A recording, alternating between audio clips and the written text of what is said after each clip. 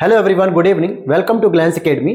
दोस्तों, आज हम लोग बहुत ही इंपॉर्टेंट टॉपिक पे डिस्कशन करेंगे क्योंकि बहुत सारे लोग इस चीज को लेकर कंफ्यूज हैं कि अब आगे की रणनीति क्या होनी चाहिए। क्योंकि यूपीपीसीएस आयोग के द्वारा पूरे साल भर के एग्जाम कैलेंडर के माध्यम से एक कैलेंडर जारी कर दिया गया है कि कौन कौन से दिन एग्जाम, कौन कौन सी परीक्षाएं आयोजित होंगी।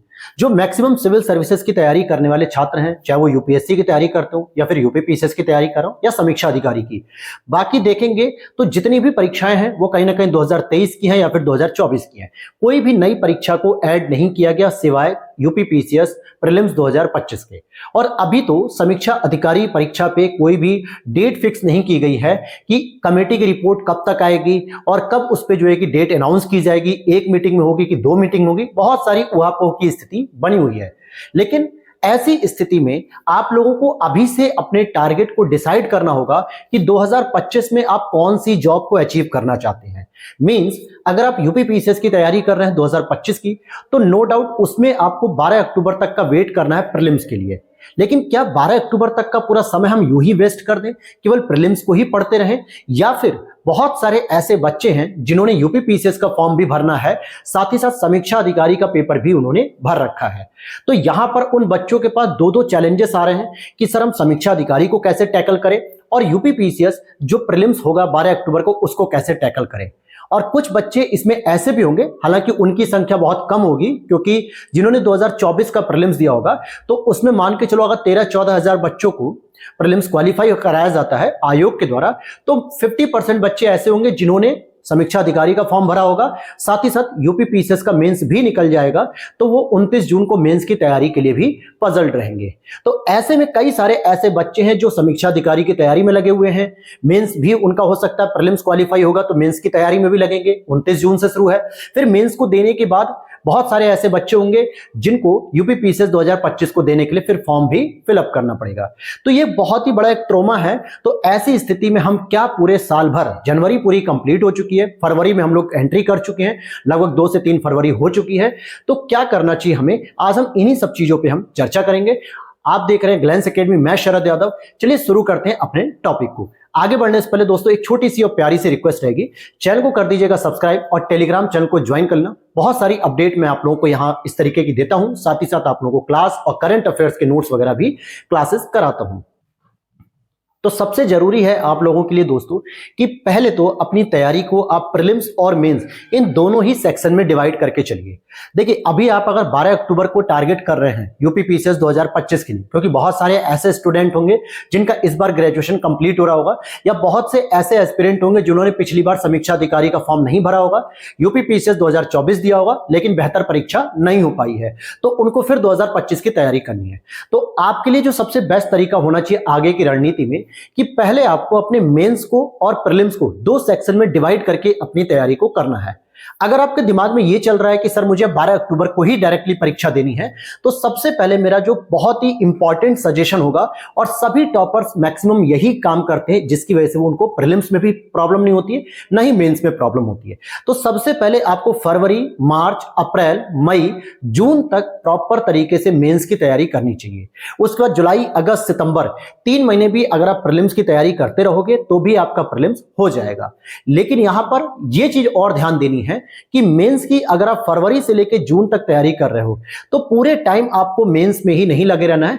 कम से कम 20 से 25% चीजें ऐसी कवर करते हुए चलनी है जो आपके प्रीलिम्स एग्जाम्स को बेनिफिट करे। इससे क्या होगा कि आपकी समीक्षा अधिकारी की अगर डेट आती है और आपने अगर उसका भी फॉर्म भरा है तो उसमें भी आप कंफर्टेबल रहेंगे। साथ ही साथ यूपीपीसीएस जब आप 12 अक्टूबर को देने जाएंगे तो पहले से ही कुछ चीजें कंप्लीट कर चुके होंगे। जैसे प्रीलिम्स में अगर सबसे इंपॉर्टेंट चीज आपको लेकर चलनी है तो वो है आपके पीवाईक्यूज, प्रीवियस ईयर पेपर, चाहे वो समीक्षा अधिकारी के प्रीवियस ईयर पेपर हो प्रीलिम्स और मेंस के, या फिर यूपीपीसीएस के प्रीलिम्स के जो पीवाईक्यूज होते हैं और मेंस के जो 2010 से 17 तक आपके ऑब्जेक्टिव थे उनको कवर करते हुए ये अपने आप को डेली रूटीन में रखना होगा।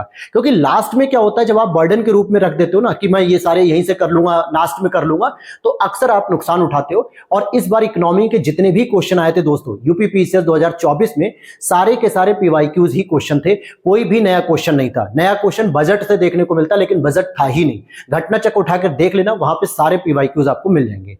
ये तो हो गई आपकी प्रीलिम्स के लिए थोड़ा सा 20% चीज कि आपको पीवाईक्यूज कंप्लीट करना है। मेन चीज है आपको मेंस कैसे तैयार करना है और मेंस कहां से तैयार करना है, ये बहुत बड़ा चैलेंज होता है, स्पेशली उन बच्चों के लिए जो पहली बार तैयारी में इस बार कूद रहे होते हैं या फिर उन्होंने पिछली 1 साल से 2 साल से तैयारी की है, कोचिंग क्लासेस वगैरह ऑनलाइन ऑफलाइन की है, लेकिन वहां पे जो नोट्स मिल रहे हैं वो बहुत बल्कि नोट्स हो जा रहे हैं। तो ध्यान देना दोस्तों कि मेंस तभी आप बेहतर कर सकते हो जब आपके खुद के हैंड रिटन नोट्स होंगे या फिर कुछ इस तरीके के नोट्स हो जो आपको मेंस ओरिएंटेड अप्रोच को लेके बनाए गए हों। सबसे बेहतर तरीका क्या है कि आपको प्रीवियस ईयर पेपर उठाना है मेंस का, 2017 से लेकर 2024 तक 23 तक का सारा आपको क्या करना है, प्रीलिम्स मेंस के जो पेपर हुए हैं यूपी पीसीएस के, उनको लेकर बैठ जाना है। और एक तरफ आपको अपना सिलेबस लेकर बैठना है, यूपी पीसीएस की ऑफिशियल वेबसाइट से डाउनलोड कर लीजिए, अदरवाइज टेलीग्राम चैनल पे मैं पोस्ट कर दूंगा, वहां से भी आप डाउनलोड कर सकते हो। तो सबसे पहले आपको जीएस पेपर 1, 2, 3, 4, 5, 6 ये जो पेपर है सिलेबस को पहले देखना है और उसके बाद सबसे ज्यादा आपको फोकस उन सब्जेक्ट्स पे करना है जहां से मार्क्स के वेटेज ज्यादा मिलते हैं। जैसे आपको पता है कि 2023 से पहले ऑप्शनल पेपर होता था, तो ऑप्शनल क्या होता है, एक सब्जेक्ट पढ़ने से ही आपको 400 नंबर का वेटेज मिल जाता है। जैसे अगर जीएस 1 की बात करें तो उसमें आपको हिस्ट्री पूरी पढ़नी होगी, आर्ट एंड कल्चर पढ़ना होगा, सोसाइटी पढ़ना होगा और ज्योग्राफी पढ़ना होगा, तब जाके आपको कहीं थोड़ा बहुत नंबर मिल जाता है। लेकिन अगर आप ऑप्शनल की बात करते हैं तो एक ही सब्जेक्ट पढ़ के आपको 400 नंबर का वेटेज मिल जाता है तैयारी करके। इस समय क्या है कि यूपी स्पेशल रख दिया गया पेपर 5 और पेपर 6, यानी उत्तर प्रदेश का इतिहास क्या है, उत्तर प्रदेश की राजनीति क्या है, उत्तर प्रदेश का कृषि क्या है, उत्तर प्रदेश का भूगोल क्या है, पर्यावरण क्या है, वैज्ञानिक परिदृश्य क्या है, चैलेंजेस क्या है, करंट अफेयर्स क्या है, ये सभी चीजें आपके इर्द गिर्द ही घूमती रहती हैं। और इनको अगर आप अच्छे से तैयार करते हो तो कहीं ना कहीं आपका 400 नंबर का कंटेंट तैयार हो जाता है। इसके लिए मार्केट में बहुत सारी बुक्स अवेलेबल हैं, चाहे वो घटना चक्र की बुक हो या फिर ओनली आईएएस की बुक हो, और आपके ध्येय आईएएस की बुक हो, जीएस वर्ल्ड की हो, सिंप्लीफाई पीसीएस की हो, टेस्ट वर्ल्ड की हो या फिर राकेश सारस्वत जी की हो, बहुत सारे मल्टी ब्रांड आपको मार्केट में मिल जाएंगे। कोई भी एक ब्रांड की बुक जो यूपी पीसीएस से सिलेबस को मैच करके लिखी गई हो, उसकी लेटेस्ट बुक को लेकर आपको पढ़ना है और उसके नोट्स बनाने की कोशिश करनी है। हर एक टॉपिक वाइज आपको सिलेबस के अकॉर्डिंग, जैसे सिलेबस में लिखा हुआ है कि उत्तर प्रदेश का इतिहास या फिर प्राचीन नगर, इस तरीके से जो चीजें लिखी हुई हैं, तो इतिहास में आपको एंशिएंट कवर करना है, मिडिवल कवर करना है, मॉडर्न कवर करना है, आर्ट एंड कल्चर कवर करना है, संस्कृति कवर करना है, प्राचीन नगरों के बारे में जानकारी लेनी है। इस तरीके से आपको पूरे नोट्स बनाने हैं। और आपको लगेगा कि सर कहना तो आसान होता है लेकिन करना बड़ा मुश्किल होता है, तो भाई आप ये भी तो देखो ना, यूपीएससी के बाद एक सबसे बड़ी आप पोस्ट लेने जा रहे हो एसडीएम की, डिप्टी एसपी की, जो आपके कंधों पे बहुत बड़ा एक बोझ देगी पूरे जिले को संभालने का। तो छोटा मोटा रट्टाफिकेशन से नहीं ना हो जाएगा सिलेक्शन, अपने आप को तपाना पड़ेगा, इसमें अपने आप को झोंकना पड़ेगा इस मेहनत में, तब जाके आप निखर के बाहर आओगे। कॉपी पेस्ट या कंटेंट बना बनाया मिल जाए कहीं से तो उससे काम नहीं होता है, या तो अगर मिले तो बेहतर क्वालिटी का मिलना चाहिए, ये चीज ध्यान रखना। दूसरा, आपको एथिक्स जीएस पेपर 4 पे अभी से काम करना शुरू कर देना चाहिए। एथिक्स के लिए भी बहुत सारी मार्केट में पुस्तकें अवेलेबल है, चाहे वो पतंजलि आईएएस की देख सकते हो, ओनली आईएएस की देख सकते हैं, ध्येय आईएएस की देख सकते हैं, जीएस वर्ल्ड की, दृष्टि आईएएस, संस्कृति आईएएस, बहुत सारी कोचिंग जो यूपी पीसीएस के रिगार्डिंग आपको जीएस पेपर 4 एथिक्स की किताबें प्रोवाइड कराते हैं। आपको क्या करना है, टारगेट बना के कि मुझे 15 दिन 20 दिन में यूपी स्पेशल पेपर 5 कंप्लीट कर देना है, 15 से 20 दिन में मुझे यूपी स्पेशल पेपर 6 कंप्लीट कर देना है, 20 से 22 दिनों में मुझे जीएस पेपर 4 एथिक्स को कंप्लीट कर देना है।